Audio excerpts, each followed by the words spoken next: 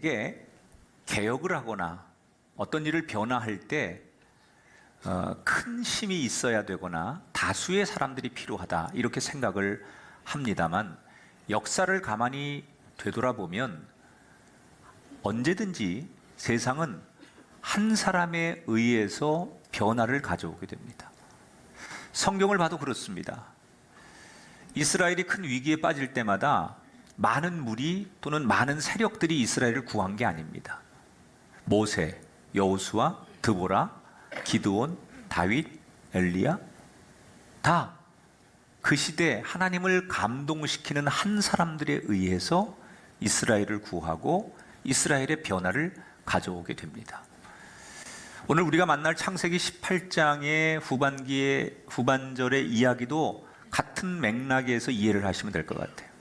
하나님께서 소돔과 고모라를 무조건 심판하려고 생각하셨어요. 그런데 아브라함 한 사람의 기도 때문에 비록 조건부이긴 하지만 구원이 허락이 됩니다. 소돔과 고모라의 운명을 바꾼 아브라함, 도대체 그는 어떻게 하나님을 감동시킨 거고 하나님 보좌를 움직였을까? 자, 지난 시간에 하나님께서 아브라함에게 찾아오신 이야기를 소개해드렸어요. 마치 암행어사처럼 은밀하게 아브라함에게 찾아오신 하나님. 왜 찾아오셨다고 했죠? 아브라함의 믿음을 검증하기 위해서. 그 찾아오신 하나님 앞에 감출 것 없이 자신을 솔직하게 드러낸 이 아브라함은 결국 하나님의 믿음의 검증을 통과했다, 이렇게 여러분에게 소개를 해드렸습니다. 그리고 아브라함의 믿음을 검증하신 하나님께서 그 집을 떠나시게 됩니다. 그리고 다음 목적지로 출발하는 것으로 오늘의 성경 이야기가 시작이 됩니다. 자, 16절을 함께 보겠습니다. 그 사람들이 거기서 일어나서 소돔으로 향하고 아브라함은 그들을 전송하러 함께 나가니라. 자, 두 천사와 하나님이 이제 아브라함의 집을 떠나며 다음 목적지로 가는 거예요. 아브라함이 살고 있는 헤브론에서 소돔까지는 한 29km쯤 떨어져 있었습니다. 근데 아브라함이 뭘 해요? 하나님을 배웅했습니다. 하나님을 끝까지 나가서 배웅했어요. 많은 성경학자들이 아브라함이 어디까지 하나님을 배웅했을까라고 하는 걸 연구해서 내놓은 거 보니까 사해 바다가 내려다 보이는 그 언덕 지점까지 갔을 것이다, 이렇게 설명을 해요. 그러면 그 거리를 환산하면 한 4.8km 정도 됩니다. 아주 짧지 않은 거리를 아브라함이 하나님을 배웅하기 위해 그곳까지 같이 갔어요. 아브라함은 찾아오신 하나님을 잘 대접하는 것으로 만족하지 않고 마무리, 하나님이 돌아가실 때까지 끝까지 최선을 다했어요. 왜 그랬을까요? 그게 아브라함의 마음이에요. 뭘 보여주려고 한 걸까요? 하나님이 나한테 얼마나 소중한 분인지 아십니까? 그거예요. 왔다가 가면 안녕히 가세요, 그게 아니라 끝까지 그 긴 거리를 배웅하러 나갔다라고 하는 그 얘기는 뭐예요? 하나님이 내 인생에 나에게 얼마나 소중한 분인지를, 그의 마음속에 있는 하나님에 대한 생각을 행동으로 드러내 준 거예요. 그걸 지켜보신 하나님이 너무 흡족하신 거예요. 여러분, 우리가 하나님께 기쁨이 된다는 거, 이게 얼마나 귀한 일인 줄 아십니까? 내가 하나님의 기쁨이 되어드리는 거. 우리의 예배가, 우리의 삶이, 그게 무슨 일을 하든지 간에 하나님 앞에 기쁨이 되어드리는 거. 지금 하나님이 자신을 배웅해주고 자기를 흡족하게 해주고 얼마나 하나님이 내 인생에 중요한 분인지 몰라요 라고 하는 것을 행동으로 드러내는 아브라함을 바라보시면서 하나님 너무 기쁘니까, 자기를 기쁘게 해주니까 하나님께서 혼잣말로 이렇게 중얼거리는 내용이 17절의 내용이에요. 같이 읽어보겠습니다. 여호와께서 이르시되 내가 하려는 것을 아브라함에게 숨기겠느냐. 여러분, 우리가 하나님 앞에 기쁨이 되면 하나님께서는 자신의 깊은 마음을 우리에게 알게 하시고 공개하시고 공유하게 하시는 분이에요. 하나님이 지금도 우리가 살아가는 이 시대에도 하나님의 마음을 알리고 그 하나님의 마음을 공유해서 함께 일할 사람을 찾고 계십니다. 바라기는 이 땅의 77억의 인구 가운데 여러분이 그 하나님의 눈에 들고 하나님의 마음을 기쁘게 해드려서 그 하나님의 당신의 마음속 깊은 계획을 여러분에게 털어놓을 수 있는 그 한 사람이 되기를 주님 이름으로 축원합니다. 하나님이 두 천사를 소돔에 먼저 보내시고 아브라함에게 자신의 계획을 소상하게 이야기하기 시작해요. 너 소돔과 고모라 알지? 내가 지금 거기 가는 목적은 그 땅을 더 이상 두고 볼 수 없어 심판하러 가는 것이다. 그냥 하나님께서 소돔과 고모라를 방문하는 목적을 아브라함에게 얘기하시는 거예요. 심판하러 가신다는 거예요. 여러분, 하나님이 우리에게 방문하시는 목적이 여러 가지 있어요.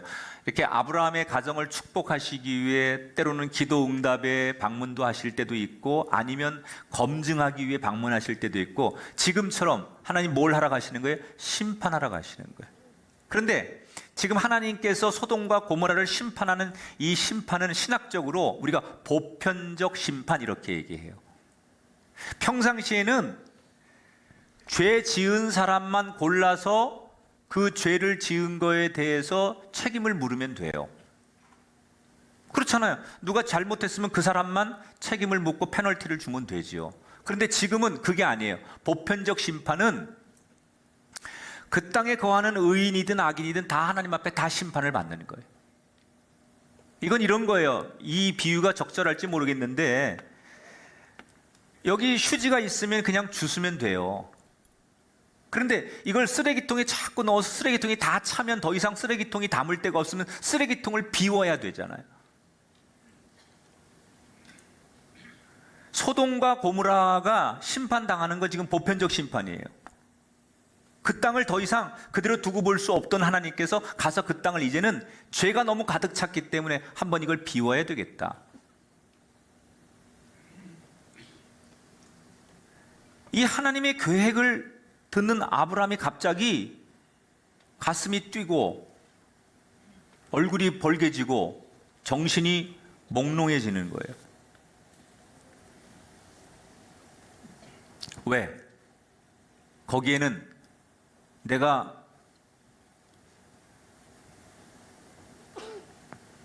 도저히 모른 척 할 수 없는 인물이 하나 살고 있었어요.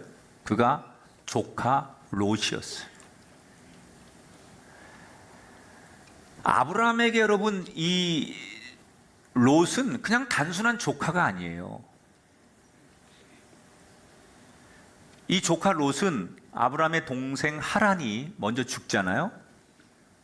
그래서 아버지 없고 아브라함은 아들이 없고, 그래서 동생이 죽고 남겨놓은 어린 조카를 아들처럼 수십 년간 키웠어요.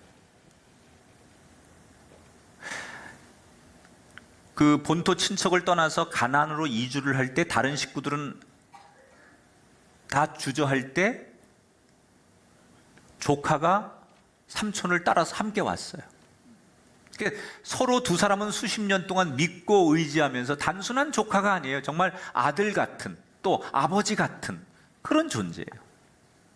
그러나 두 사람과의 관계 속에 늘 롯이 아브라함에게 잘했던 일만 있지는 않았어요. 각자의 길을 가겠다고 결정했을 때 한 번의 양보나 배려 이런 거 없이 좋은 땅으로 가버린 조카 롯. 그렇게 잘 사는 줄 알았더니 어느 날 포로가 되어서 아브라함이 목숨을 걸고 힘들게 그 조카 롯을 구해 주었지만 그 이후에 한 번도 지금까지 아브라함을 찾지 않은 롯. 쏟은 정이 많은 만큼 롯에 대한 서운한 마음도 많을 수밖에 없습니다.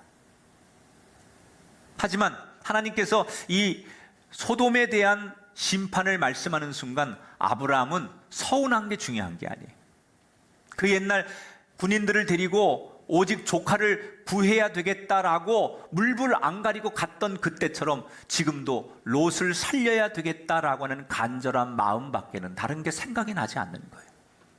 그래서 하나님 말씀을 듣자마자 아브라함은 하나님을 붙들고 조심스럽게 이렇게 대화를 진행합니다. 자, 24절을 보겠습니다. 그 성 중에 의인 50명이 있을지라도 주께서 그곳을 멸하시고 그 50의인을 위하여 용서하지 아니하시리까. 자, 하나님이 지금 보편적 심판을 하신다고 그랬잖아요. 아브라함이 뭐라고 얘기하는 거예요? 하나님, 그 땅에 다 악인만 있는 게 아니지 않겠습니까? 그 땅에 의로운 사람도 있을 텐데 만약 그런 사람이 한 50명 정도 있다고 하면 그 사람들까지 모두 다 하나님 그렇게 유황불로 또는 지진으로 그 땅에 재앙을 내리셔서 심판하시는 거 너무나 공평하지 않습니다. 불공평합니다. 그러니 하나님, 그 땅에 50명의 의인이 있다고 생각하시면 어떻게 그 땅을 심판하시겠습니까? 라고 물어보는 거예요. 하나님 뭐라고 대답하세요? 그래? 네 말대로 그 땅에 50명의 의인이 있다면 내가 그 땅을 용서하리라. 26절에 그렇게 나와요. 자, 아브라함의 고백을 하나님께서 받아주신 거예요. 근데 이거는 하나님이 원하고 바라던 게 아니었어요. 하나님은 지금 소돔과 고모라를 심판하러 가시는 거예요. 그런데 아브라함이 중간에 개입해서 하나님 이렇게 되면 그렇게 하면 안 되지 않습니까? 라고 하는 아브라함의 간청에 하나님께서 그래라고 멈추셨어요. 도대체 하나님의 계획을 돌이키신 이유가 뭘까? 아브라함의 그 말 한마디 하나님께서 계획하시고 실행하려고 했던 그 모든 것을 멈추신 이유가 뭘까? 그것은 하나님 보실 때 아브라함 안에 있는 한 가지를 하나님이 보신 거예요. 그게 뭐냐? 감정을 넘어서는 뜨거운 사랑을 하나님이 보신 거예요. 자, 지금 아브라함이 하나님 앞에 의인 50명이 있으면 심판을 멈춰 주십시오라고 요청했을 때 하나님이 그 진짜 의도를 몰랐을까요? 아브라함의 진짜 의도는 그 땅에 의인 50명이 있으면 불공평하지 않습니까? 라고 하는 이 말은 사실은 뭘 말하고 싶은 거예요? 내 조카 살려달라는 얘기예요. 50명이라고 거룩하게 의인 50명이 있으면 그 땅을 용서하셔야 되지 않습니까? 라고 말하지만 진짜 속내는 내 조카를 살리고 싶은 게 아브라함의 진짜 마음이거든요. 그걸 하나님이 모르실 리가 없어요. 다 알아요. 그런데 하나님은 그런 아브라함의 생각을 꼼수 부린다고 생각하지 않고 그 아브라함의 순수한 사랑. 왜? 조카에게 얼마든지 서운한 감정을 가질 수 있을 텐데 그 서운한 감정을 넘어서 그를 긍휼히 여기는 그 사랑하는 마음을 보시면서 하나님은 꼭 내 마음 같다라고 생각한 거예요. 지난날 하나님도 인간들에게 서운한 게 많았어요. 그러나 서운한 건 서운한 거고 끝없이 인간들에게 한없는 사랑으로 그때마다 긍휼함과 사랑으로 그들을 대해오신 하나님, 그 마음과 아브라함이 조카를 대하는 마음이 똑같은 거예요. 내 마음 같은 거예요. 하나님도 인간에 대한 섭섭함이 많았는데 그래도 그 섭섭함 때문에 인간을 멸하지 않고 그때그때마다 긍휼함으로 용서하고 사랑했던 그 하나님의 마음이나 조카에 대한 섭섭함이나 서운함이 많을 텐데 그것이 중요한 것이 아니라 조카를 구해야 되겠다라고 하는 그 사랑의 마음이 어찌 내 마음과 똑같은 거예요. 하나님 그걸 보신 거예요. 그래서 하나님은 비록 조건부이지만 소돔과 고모라에 임하려고 했던 하나님의 심판을 멈추게 됩니다. 여러분, 오늘 성경에 등장하는 이 하나님은 지금 나의 하나님이고 여러분의 하나님이십니다. 우리는 그 하나님을 동일하게 믿고 있습니다. 하나님을 믿는다는 건 뭘 말하는 걸까요? 하나님을 믿는다는 건 하나님의 마음으로 사는 것을 의미하는 거예요. 하나님을 믿는다는 것은 하나님처럼 살기 위해서 노력하는 거예요. 물론 연약한 우리가 하나님처럼 산다는 것은 100% 하나님처럼 산다는 것은 불가능한 일입니다. 그러나 할 수 있는 한 최선을 다해서 흉내라도 내는 그런 사람이 믿는 사람이에요. 그러면 우리는 하나님처럼 어떻게 살아야 될까요? 하나님은 섭섭함도 있고 인간에 대해서 미운 마음도 분명히 있지만, 그러나 그런 감정보다는 국률한 마음으로 인간을 먼저 바라보시고 대하시고 사랑하셨듯이 오늘 우리들도 하나님 마음처럼 나한테 섭섭하게 대하는 가족, 나한테 미움의 대상인 이웃, 나에게 원수처럼 여겨지는 그 사람들에 대해서 그것만 바라보지 말고 그들을 불쌍히 여기고 국률이 여기고 그들을 위해 기도하는 그 마음, 그것이 하나님 마음을 품고 사는 거고, 그것이 이 시대의 아브라함이 되는 거예요. 그렇게 우리가 그럼에도 불구하고 사랑하려고 마음 먹으면 하나님께서 그때 우리의 그 마음을 보시고 우리의 기도에 응답하는, 여러분을 특별히 더 귀히 여기는 그런 사람이 될 줄 믿습니다. 아브라함에게 임했던 그 한 영혼을 사랑하는, 긍휼히 여기는 그 마음이 여러분에게, 여러분의 삶 가운데 임하시기를 주님의 이름으로 축원합니다. 자, 아브라함이 일단은 급한 불을 껐어요. 하나님, 거기에 의인 50명 있으면 심판을 멈추셔야 되지 않습니까? 그래서 하나님 그러겠다고 그랬어요. 그런데 얼마 지나지 않아 아브라함의 머릿속에 불안한 생각이 떠오르는 거예요. 만약에 50명이 되지 못하면 어떡하지? 의로운 사람 50명 있으면 된다고 했는데 만약에 가서 보니까 50명이 안 되면 어떡하지?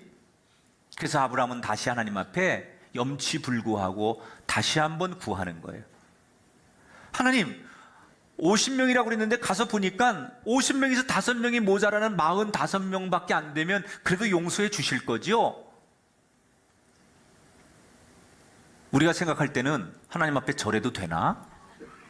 이렇게 생각이 드는데, 놀랍게도 하나님은 그래, 45명의 의인도 용서해야지, 45명이 있다면 용서해야지. 그리고 아브라함의 요구를 받아주십니다. 근데 이때 아브라함이 후회가 되는 거예요. 진짜 45명이 혹시 또 안 되면 어떡하지? 45명 중에 한 명이 모자라서 44명이거나 2명이 모자라서 43명이면 안 되잖아요. 그래서 다시 염치불구하고 세 번째 하나님 앞에 구합니다. 만약에 의로운 사람이 40명밖에 안 되면 어떻게 되는 겁니까?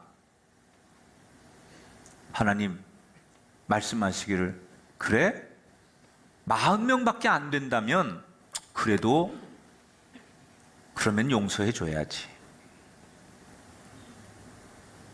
그리고 그 이후에 아브라함은 계속 불안함을 견디지 못하고 3번을 더 부탁해서 30명, 20명, 10명, 마지막 10명의 의인만 있어도 그들을 봐서라도 그 두 도시를 제발 용서해 달라고 부탁을 해요.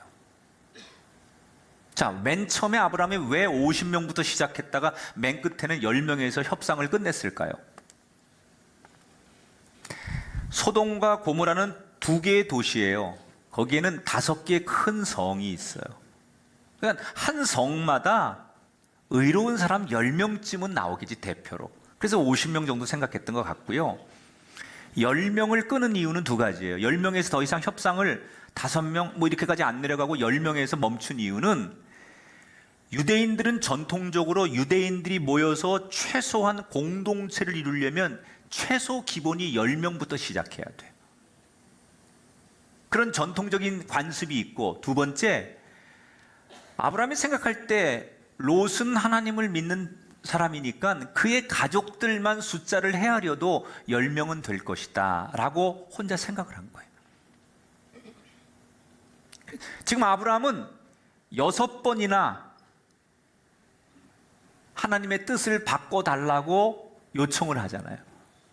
그런데 하나님이 화가 날 법도 하고 또 귀찮기도 하고 그럴 텐데 하나님은 아브라함이 6번이나 무례하게 계속 요청을 하는데 그때마다 알겠다고 하시거든요. 여러분, 아무리 우리가 친밀한 가족일지라도 보통 이렇게 어른의 뜻을, 한번 결정된 어른의 뜻을 6번이나 번복하게 한다는 건 쉬운 일이 아니에요. 하물며 하나님이 계획하고 결정한 일을 6번씩이나 바꿔달라고 그렇게 말해서 그게 관철된다는 것, 이게 대단히 쉬운 일이 아니에요. 그런데 아브라함은 그걸 해냈어요. 어떻게 하나님이 결정하고 하나님이 진행하려고 하는 일을 한 번도 아니라 6번씩 바꿔낼 수 있었을까? 도대체 여기 뭐가 숨어 있는 걸까? 23절에 힌트가 나와요. 읽어보겠습니다. 시작.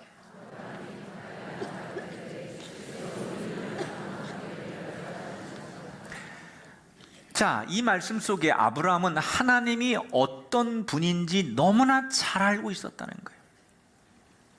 아브라함은 하나님에 대해서 너무 잘 알고 있었어요. 하나님이 어떤 분이신지. 하나님이 어떤 분이냐? 하나님은 의인을 절대로 버리지 않고 의인을 끝까지 살리시는 분으로 너무나 잘 알고 있었어요. 하나님이 의인을 버리지 않고 의인을 멸망시키지 않는 분이라는 것을 아브라함이 어떻게 알았을까요? 자기가 경험한 거예요. 조카 롯과 분가를 할 때 롯이 좋은 땅을 차지하고 아브라함은 형편없는 척박한 땅을 가졌어요. 그런데 결과적으로 하나님께서 아브라함을 더 번성하게 하셨어요. 롯을 구하겠다고 군사를 이끌고 갔을 때 힘겨운 싸움이었지만 아브라함은 믿음으로 하나님 앞에 맡기고 갔더니 하나님이 결국 이기게 하셨어요. 이미 이런 삶의 경험들을 통해서 아브라함은 하나님이 어떤 분인지를 너무나 잘 알고 있는 거예요. 하나님은 자신을 믿고 의롭게 사는 사람은 반드시 건져주시고 살려주시고 책임져 주시는 분이라는 것을 아브라함은 이미 자신의 삶의 경험을 통해서 알고 있었던 거예요. 그래서 하나님이 이런 분인 걸 알기 때문에 믿고 6번이나 하나님 앞에 간구하고 응답받을 수 있었어요. 여러분, 우리가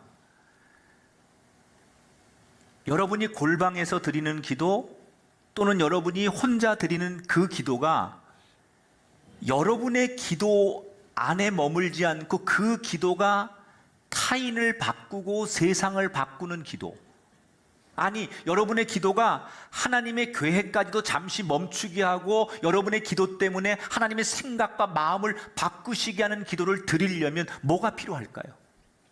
기도의 분량을 늘리는 게 필요할까요? 기도를 이렇게 큰 소리로 간구하는 게 필요할까요? 가장 필요한 게 뭐냐? 내가 기도드리는 사람으로서 하나님이 누구인지를 정확하게 알아야 돼요. 내 부모님이 뭘 좋아하는지 알아야 용돈을 받아낼 수 있거든요. 하나님이 뭘 좋아하시는지 알아야 응답받는 기도를 드릴 수 있는 거예요. 그러면 하나님이 어떤 분인지 어떻게 알까? 하나님이 어떤 분인지 알려고 하면 여러분, 말씀이 중요한 거예요. 그래서 여러분에게 큐티를 말씀드리는 거예요. 말씀을 보고 그 말씀을 묵상하고 나에게 주시는 하나님의 뜻을 아는 것, 설교를 그냥 듣는 사람이 아니라 그 설교를 메모하고 다시 가서 유튜브를 보고 메모한 그 내용을 또 보고 그리고 그 말씀을 또 찾아보고 이렇게 하나님을 알아가는 거예요. 그냥 피상적으로 설교할 때만 듣는 하나님이 아니라 나도 그 하나님을 알고 싶어서 더 열심히 그 하나님을 공부하는 거예요.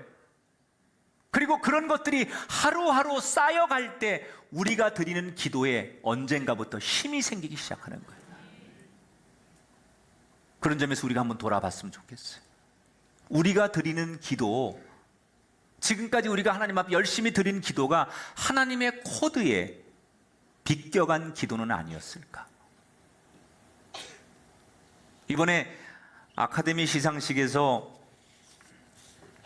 기생충이 사관왕에 올랐을 때 봉준호 감독만큼 이슈가 된 또 한 사람이 봉준호 감독 옆에 있었던 통역사입니다. 근데 이 사람은 전문 통역사가 아니에요. 영화를 공부하는 영화학도예요. 그런데 이 사람이 영화를 공부하다 보니까 감독의 마음, 배우의 마음, 영화의 특성을 너무나 잘 아는 거예요. 그래서 봉준호 감독의 그 숨어있는 뉘앙스까지 영어로 전달할 수 있었다는 거예요. 만약에 이게 사람들이 동시 통역사가 이렇게 통역을 했다면 그런 디테일한 감정들, 이게 그 영화 속에 숨겨있는 얘기까지 봉준호의 마음을 100% 전하는 게 불가능했을 거라는 거예요. 너무 잘 아니까 그가 말하는 것 속에 어떤 의도인지 자기가 다시 그 마음을 잘 전할 수 있었다는 거예요. 아니까. 우리가 기도로 세상을 바꾸고 인생을 바꿀 수 있다면, 그런 기도를 할 수 있다면 얼마나 좋겠어요. 여러분이 드리는 그 기도가 단 1분을 묵상하고 단 하루의 기도일지라도 그 기도가 응답이 되고 영향력 있는 기도가 될 수 있다면 얼마나 좋겠어요. 여러분, 그런 기도를 드릴 수 있기를 원하신다면 여러분에게 축복합니다. 하나님을 더 알기를 힘쓰십시오. 하나님을 잘 알아야 돼요. 그래서 여러분, 이 설교 시간을 그냥 듣지 마세요. 메모하세요. 또 들으세요. 주중에 몇 번이고 또 들으세요. 여기서 안 들리는 내용이 유튜브를 보시고 여러분 다시 이 설교를 또 한 번 보고 두 번 보고 세 번 보면 여기서 안 들리던 것, 여기서 느끼지 못하는 내용들이, 숨어있는 내용들이 보이게 될 거예요. 일상에서 여러분 열심히 큐티하십시오. 그래서 내가 지금보다 하나님과 더 가까워지고 그 하나님을 너무 잘 알아서 그 하나님의 능력을 힘입어서 세상을 변화시키는 능력의 기도자들이 되시기를 주의 이름으로 축원합니다. 아브라함은 6번의 기도를 모두 응답받고 조건부이지만 2 도시를 살립니다. 아브라함이 도대체 응답받은 이유가 뭘까요? 2가지를 얘기했어요. 한 영혼에 대한 사랑, 감정, 조건 이런 것을 넘어선 사랑. 또 하나, 하나님이 누구신지에 대해서 아브라함은 너무나 잘 알고 있었어요. 이 2가지를 놓고 이 2가지의 조건이 전제되고 기도했기 때문에 아브라함의 기도는 하나님의 보좌를 움직이는 기도가 될 수 있었다는 거예요. 여러분, 우리가 살아가는 이 세상이 소돔과 고모라하고 비교하면 덜 타락했을까요? 어느 유명한 목사님이 그런 설교를 했어요. 하나님이 지금의 이 시대를 심판하지 않으시면 소돔과 고모라에 대해서 사과하셔야 된다. 지금은 소돔과 고모라를 능가하는 죄악을 가지고 있는 세상을 살고 있어요. 그러면 이 시대에 가장 필요한 게 뭘까요? 이 시대에 아브라함이 필요한 거예요. 그 아브라함이 누가 되어야 됩니까? 목사가 되어야 됩니까? 나 아닌 다른 사람이 되어야 됩니까? 아닙니다. 전 오늘 성경에서 하나님 우리에게 주시는 가장 중요한 메시지 가운데 하나가 나만 잘하면 된다는 거예요. 나만. 우리가 정치, 사회, 경제, 문화, 우리 가정에서 남편 책임, 아내 책임 이렇게 말하는데 아니에요. 그리스도인의 시각은 달라야 돼요. 내가 잘하면 돼요. 내가 아브라함이 되고 내가 의로운 사람이 되면 돼요. 그러면 내가 하나님 앞에 의로운 사람이 되어 하나님 앞에 간구하고 중보하면 하나님이 이 땅을 심판하시는 것을 멈추시고 기다려주시고, 오늘 저와 여러분 이 말씀을 통해 세상을 원망하고 다른 사람들에 대해서 비난의 화살을 쏟아내는 우리가 아니라 내가 하나님 앞에 의로운 사람이 되겠다고 결심하십시오.